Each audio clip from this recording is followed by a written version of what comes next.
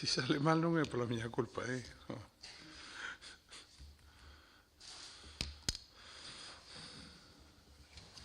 Bueno, se vos parece, comenzamos.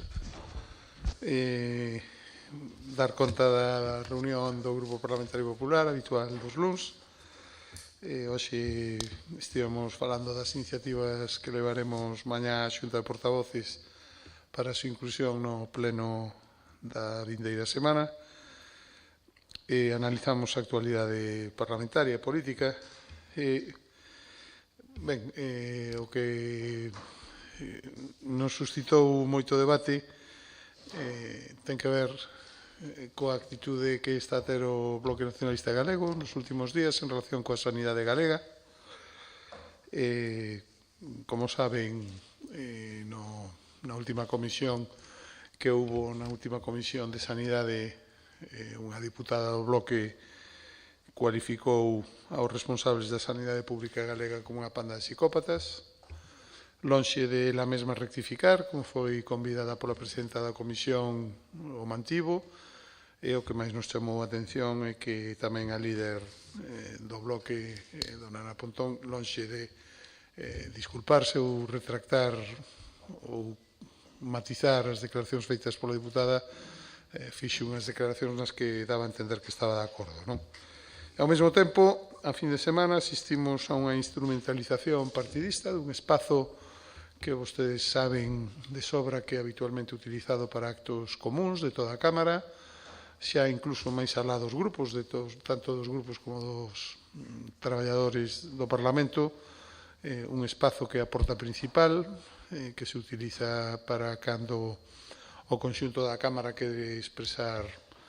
por exemplo, o seu pesar polo falecemento de algunha persoa, nomeadamente cando hai algún crime machista ou cando hai algún atentado terrorista. E, por tanto, pois tamén nos lamentamos isto, pediremos explicacións, porque tamén ese acto, ademais, era realizado con clara intención electoral, cunha reunión de candidatos ás alcaldías do Bloque, cando ademais sabemos que a nivel municipal as competencias sanitarias non existen, e o que reflicte, ademais desa instrumentalización dos espazos comuns do Parlamento, que deberíamos de preservar todos, porque a todos nos representan, pois o que están é claramente nunha campaña de desprestixio da sanidade pública, trasladando unha imaxe negativa e o que peor falsa sobre como se ven ou como se poden resolver os problemas da sanidade pública galega, porque efectivamente o sistema sanitario público galego, o igual, aínda que en menor medida, o igual que o resto dos sistemas sanitarios autonómicos, está a atravesar por distintos problemas que evidentemente a Xunta está tratando de atallar con toda a intensidade e mesmo con medidas novas que van máis alá do que se fixo nunca no ámbito da cobertura de prazas, non? Eles siguen insistindo no famoso tema dos 200 millóns de euros. Eu quero recordar que a solución do Bloque ao problema de atención primaria, que era poñer 200 millóns de euros, é a mesma, sin variar a cifra, desde o ano 2018. Desde esa data ata hoxe non foron 200, sino que foron máis de 310 os millóns de euros que a Xunta adicou a incrementar o orzamento da sanidade pública galega. Dalles igual cales sexan os orzamentos, eles van a seguir pedindo sempre sin ningún tipo de informe, con pouco rigor, evidentemente con un objetivo que nunca se vai alcanzar, porque se se poñen máis de 200 e siguen faltando 200, sempre parece que van a faltar eses 200, e sin ter en conta, como dicía, os incrementos dos orzamentos dos Sergas que tivemos desde a pandemia e incluso desde o ano 2009. Fíxense que xa temos dado datos, pero hai que reiteralos para desfacer esta especie de campaña sin datos que se dá e que o que pretende desprestixiar a xestión da sanidade pública, que se ten incrementado un 36% os orzamentos dos Sergas con relación ao ano 2009. Pasamos de 3.600 millóns no ano 2009 último orzamento que aprobou o bipartito, a 4.970 millóns, prácticamente 5.000 millóns de euros. Estamos a falar de 1.300 millóns de euros máis. E teñan en conta que eses orzamentos do ano 2009 eran uns orzamentos nos que a Xunta tivo 1.600 millóns de euros que ainda estamos a devolver. Nos orzamentos deste ano todavía se lle desconta a Xunta 70 millóns de euros a conta dos 1.600 de liquidacións negativas que o Goberno do Partido Popular asumiu como consecuencia da mala orzamentación que se fixo no seu día por parte do Bipartito na Xunta e do Goberno Socialista de Madrid. É dicir, que cun orzamento que aínda estamos a pagar porque se excedeu en 1.600 millóns de euros con relación aos ingresos definitivos que tivo a Xunta, aínda así hai 1.300 millóns de euros máis de gasto na sanidade pública, que evidentemente non se refire só a obras en hospitais, en centros de saúde, porque boa parte dela foi a investimento en persoal. Os gastos en persoal dos Sergas desde o ano 2009 se incrementaron prácticamente nun 30%, en máis de 450 millóns de euros. Pasamos de 1.500 a 2.000 millóns de euros desde o ano 2009 a 2023. Nunca houbo antes tantos profesionais contratados, máis de 43.200, é dicir, prácticamente un 20% máis que no ano 2009, cando había 36.000. Hai 7.000 profesionais da sanidade traballando o día máis que no ano 2009.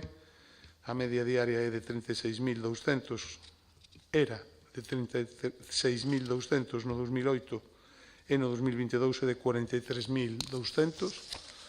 E, por tanto, en fin, neste punto, pois, queremos salientar que esa matraca permanente non dos recortes, pois os datos o desminten de forma clara e son facilmente comprobables por todo o mundo. Non? E, ademais, estes clichés, estes eslogans, que aproveitan, e, como decía hai un momento, incluso descualificacións impropias da Cámara Parlamentaria e o uso de espazos reservados para outras actividades, en un entorno no que o bloque oponse habitualmente a todas as medidas que está a adoptar a Xunta para mellorar a sanidade pública e resolver os seus problemas. Non? Votaron en contra da Lei de Medidas Extraordinarias dirixidas a impulsar a provisión de postos de difícil cobertura de determinado persoal estatutario, con título de especialista,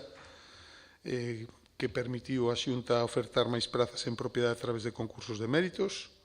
non só en atención primaria, que foi fundamentalmente onde, pero tamén nos hospitais comarcais. Se opuxeron a habilitar a posibilidade de facelas atractivas converténdoas nunha categoría nova e ofertándoas en propiedade mediante concurso, sen oposición. Cando trouxemos ao Parlamento, o Grupo Parlamentario, unha proposta para estender a todos os centros de atención primaria de Galicia o protocolo de xestión integral de demanda en equipo, que é a forma de dirixir as consultas de xeito directo profesional máis axeitado ás necesidades dos pacientes. Aí o PSD exhaustivo, pero o Bloque tamén votou en contra. E cando votamos unha proposta nosa para que os médicos con máis saturación de demanda puderan deixar en mans do persoal farmacéutico de atención primaria a renovación das receitas dos pacientes crónicos, tamén o BNG se opuxo e votou en contra. Non? É dicir, que todo aquilo que estamos a facer para formar máis médicos de familia,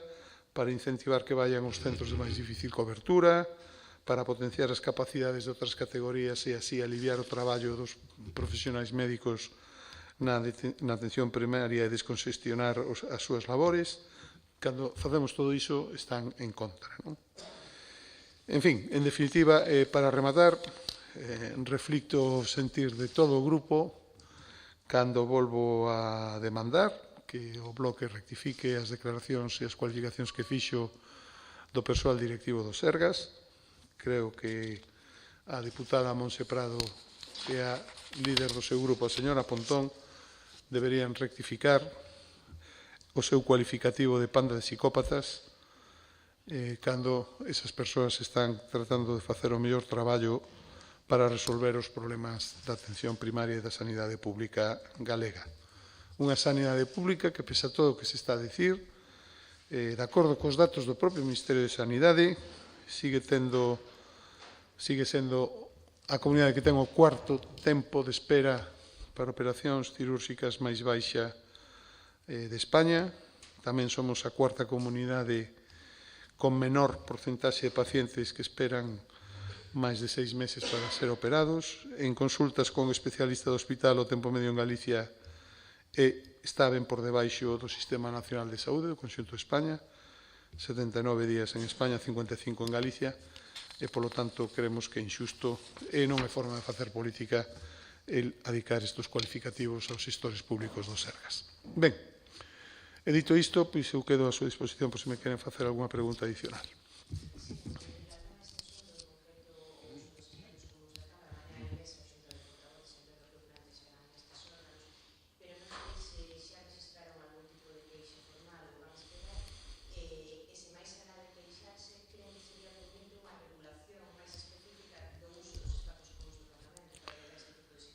Sí, nós o que imos facer é pedir explicacións, porque realmente o único que sabemos é que houve unha convocatoria de medios nese espazo e que a continuación se realizou esa fotografía que foi distribuída polas distintas axencias e medios, e a nós chamounos a atención que se utilizase ese espacio para un acto de clara intencionalidade electoral e partidista, non? Por tanto, vamos a pedir explicacións en función do que se nos diga, pois a continuación tomaremos as iniciativas correspondentes. O que si é certo é que, xa se me permite, de entrada, hai cuestións que son de sentido común, e todo o mundo sabe, e todo o mundo que vive no Parlamento e que habitualmente acude aos actos que hai no Parlamento sabe perfectamente distinguir o que é ese espazo, para que se utiliza e cal é o seu uso, e sabe perfectamente que, ademais, ese tipo de actos nese espazo que precisamente se dedican a mostrar a unanimidade da Cámara diante de determinadas cuestións, pois non deben de utilizarse para ámbitos partidistas, e que iso, se o fixéramos todos, pois ao final convertiríamos un espazo que é común, que sirve para expresar opinións comuns, pois nun espazo máis de uso partidista, cando a propia Cámara ten eses espacios, non? Evidentemente, nós, se facemos unha reunión dese estilo, pois dispomos desta sala, igual que o Bloque dispón da súa, o Partido Socialista da súa, e creo que, en definitiva, iso non é correcto, non? Pero vamos a esperar as explicacións que se dan mañá na mesa na Xunta de Portavoces, e en función diso, pois xa veremos cal é o xeito de actuar. Eu creo que, en xeral, por iso tamén a miña sorpresa, diante destes feitos, en xeral, os tres grupos que hoxe conforman a Cámara teñen sido respectuosos coas costumes e os hábitos parlamentarios ao longo do tempo. Nunca houbo problemas deste estilo, e na última semana estamos a ver varios, non? Desde a absurda crítica ao aprazamento dunha interpelación, que tamén é un sistema habitual, e forzar unha votación cando os propios deputados do Bloque con moita frecuencia o fan, e nós entendemos que se o fan é porque teñen unha necesidade perentoria, e precisamente por facilitar o traballo permítese en aprazamentos a marxe do que pon o regulamento para evitar que decaigan esas iniciativas, non? Pois que veñan con isto nun pleno, e xusto coincide co día seguinte en comisión, pois se pronuncian estas palabras completamente desafortunadas, que non se atende a petición da presidencia da comisión, e que mesmo parecen ter o respaldo do liderado, e finalmente rematamos a semana utilizando dun xeito que eu creo que non é apropiado, un espacio común habitualmente utilizado polo conxunto dos grupos como espacio de encontro común para defender ou manifestar opinións unánimes, todo isto nos leva a pensar que o Bloque está actuando dunha forma estrana, nova, non sabemos por qué, non sabemos se é porque están preocupados por como vai a cousa política en xeral, como lles vai a eles, pero o certo é que eu lamento e farei un chamamento en xeral a que volvamos a recuperar estes consensos básicos sobre o funcionamento da Cámara, que, en definitiva, permiten que todos os grupos podan facer mellor o seu traballo.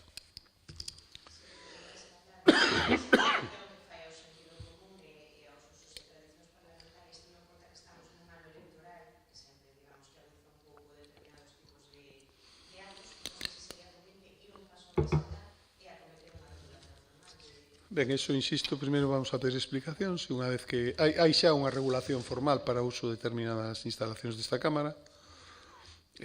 probablemente ese espazo que sempre foi, insisto, un espazo moi,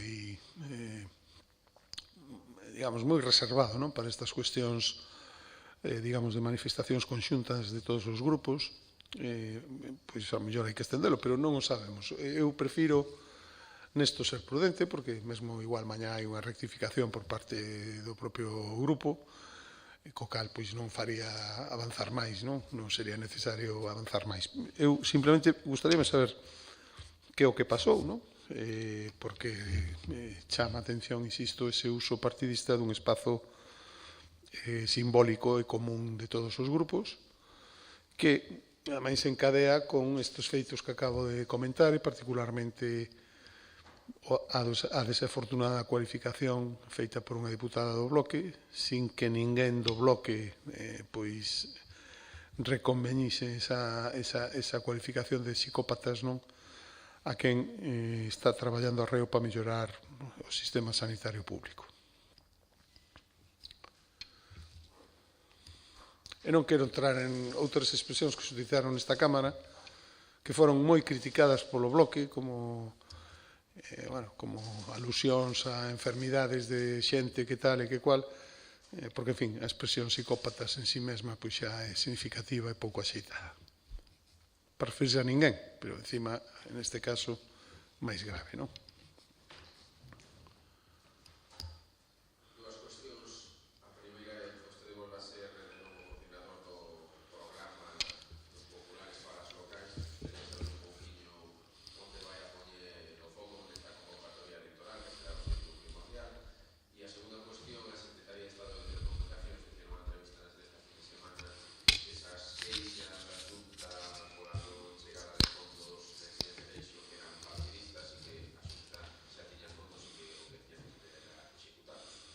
Ben, con relación ao primeiro, do que se trata é de a min o que se me encomenda. Eu quero mostrar o meu agradecemento ao presidente do partido e da Xunta, Alfonso Rueda, por ter confiado en min para realizar esta labor. O que se trata é de facer un conxunto de propostas con carácter xeral para as administracións locais e co obxectivo de que sexan incorporadas ao programa base que con carácter xeral se fará para o conxunto dos concellos de España. Darlle, polo tanto, tamén ideas desde Galicia que se teñen en conta a realidade galega no programa marco que se vai a facer a nivel do conxunto de España. Ben, como afrontamos, como sempre, abertos á sociedade, abertos á experiencia dos múltiples cargos públicos municipais que temos, abertos a suxestións de especialistas, de técnicos, co fin de que haxa unhas bases de traballo comuns para todos os concellos que permitan mellorar os benestar dos veciños. Iso é o obxectivo fundamental, insisto, nun marco no que, como todo o mundo sabe, os programas tenden a ser locais, porque cada localidade, cada municipio, cada concello ten os seus problemas específicos, e aí a labor de cada candidato é máis importante, certamente, co marco xeral que lle demos de cobertura programática para o conxunto de España. Con respecto á segunda pregunta, eu creo que o mellor que podemos facer é dar algún dato, porque isto de que o falar non ten cancelas, últimamente cancelas hai poucas. Permítame que lles recorde algúns datos. O que dispón o Estado de fondos europeos do Plan de Recuperación e Resiliencia para o despregamento da banda larga, con ese obxectivo ambicioso e que compartimos de que o 100% da poboación teña internet de ao menos 100 megabytes en 2025, o Estado dispón de 4.000 millóns de euros de fondos de resiliencia. Repito a cifra, 4.000 millóns de euros. O que se transferiu ás comunidades autónomas é o 9%, a todas as comunidades autónomas foi o 9% deses 4.000 millóns. Concretamente, deses 4.000 millóns a Galicia lle deron 19 millóns de euros. 4.000 millóns, Galicia ten 19. Que ademais veñen dirixidos para actividades concretas. A Xunta non ten marxe algunha para facer outra cousa que aquelo para o que se lle deron de forma condicionada estes 19 millóns de euros. Son 4 actuacións predefinidas polo propio Estado, que son as mesmas en todas as comunidades autónomas, e que non permiten a Galicia, polo tanto, adaptar a aplicación deses fondos á realidade e á especificidade territorial galega, sobre a que eu non vou agora recordar a diferencia que hai, sobre todo para a extensión deste tipo de tecnoloxías, non? Pola orografía e a dispersión da poboación. Non? Bueno, estas 4 actuacións están obviamente en marcha, pero o importante é que o Estado, unha vez máis, non está contando coas comunidades autónomas, ten centralizado prácticamente a totalidade deses fondos, e, polo tanto, con a Secretaria de Estado pois veña aquí como a dicir ou a insinuar que o problema é a falta de actuación da Xunta, pois non deixa de ter a súa gracia, non? Eu insisto, estamos a falar de 4.000 millóns de fondos do mecanismo de recuperación e resiliencia que ten o Estado, dos cales se transferiron a Galicia exactamente esa cifra de 19 millóns de euros para 4 actuacións específicas indicadas, sinaladas polo Estado, non? E que a Xunta está a executar. O que pedimos unha vez máis, como facemos con todos os fondos, porque ademais queremos que é bo para España, para o conxunto de España, e mesmo o goberno se equivoca entendendo que centralizando todo pois vai a ter máis rédito electoral. Non, vai a ter menos porque se van a executar peor máis tarde, como estamos a ver en tantas actuacións, e certamente tamén nesta, bueno, insisto, falar sin dar as cifras, ou mellor coas cifras centramos un pouco máis o debate e se comprende a petición da Xunta de que as comunidades autónomas, e nomeadamente a Xunta, teña máis participación no que a xestión destes fondos e a definición dos obxectivos que compartimos, por outro lado, pero digamos das actuacións concretas que permiten satisfacer esos obxectivos, neste caso o de que toda a poboación teña cobertura no ano 2025.